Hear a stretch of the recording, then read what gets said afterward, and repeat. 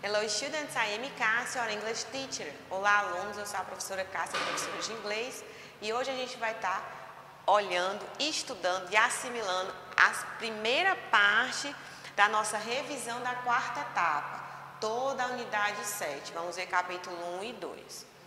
Então, para começarmos, a nossa unidade 7, capítulo 1, ela tem ela tem 3 textos a respeito de Benjamin Franklin, sua vida e suas invenções. Tudo o que ele fez está constando na página 277, 278, 279 e 280. Lembrando que uma das curiosidades é que ele gostava de trabalhar e visitar os bombeiros, né? Então, deem uma olhadinha novamente a respeito desses textos de Benjamin Franklin. E a única gramática que vocês vão ter no capítulo 1 dessa unidade é active voice versus passive voice. É muito comum que a gente fale na voz ativa, porque eu estou falando. Você vai encontrar a voz passiva em textos e ou textos literários. A frase mais simples é Kevin play guitar. O Kevin toca guitarra, onde Kevin é o sujeito, play é o verbo, tocar, e guitar a guitarra é o objeto. Para você fazer voz passiva, você coloca o objeto para frente, acrescenta o verbo to be, o verbo principal ele vai passar para o passado particípio. Quando os verbos são regulares, o passado particípio é a mesma coisa que o passado simples. Mas se for o verbo irregular, tem que se lembrar. Como é o verbo irregular no passado, como é o verbo irregular no passado particípio. E aí você coloca geralmente a partícula by, que é o de, e o sujeito que na frase ativa foi, ele se torna objeto. Guitar is played by Kevin. A guitarra é tocada por Kevin ou pelo Kevin.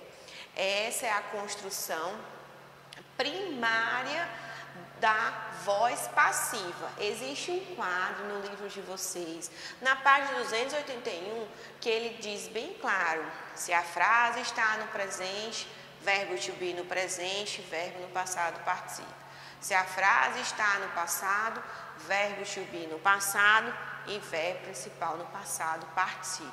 Você vai seguir a sequência de tempo verbal quando você colocar o verbo to be, porque o verbo principal vai ser sempre passado particípio.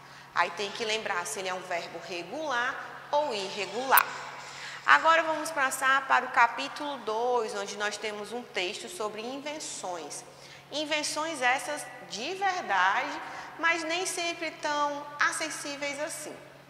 A nossa gramática, única gramática do capítulo 2, nós vamos aprender a escrever o wish, que é o desejar, no presente e no passado. Quando eu quero falar o wish para presente, eu vou usar com o verbo do passado. Quando eu quiser falar o wish no tempo passado, eu vou utilizar passado perfeito, que é o had com passado particípio. Então, I wish I knew cook, eu gostaria de saber cozinhar. Essa frase usa o wish, o verbo está no passado e o sentido é presente. I wish Joe had drunk less, eu desejo que o Joe bebesse menos.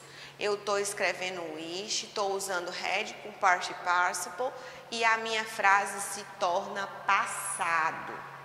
Então, o wish com passado simples é o meu presente e o wish com passado perfeito é o wish com passado. Com isso, pessoal, a gente encerra nosso esquema da unidade 7, que é a primeira metade da nossa revisão. Olhem as questões do livro que nós já fizemos e deem uma olhadinha tanto no texto do Benjamin Franklin como das invenções. Bye, bye!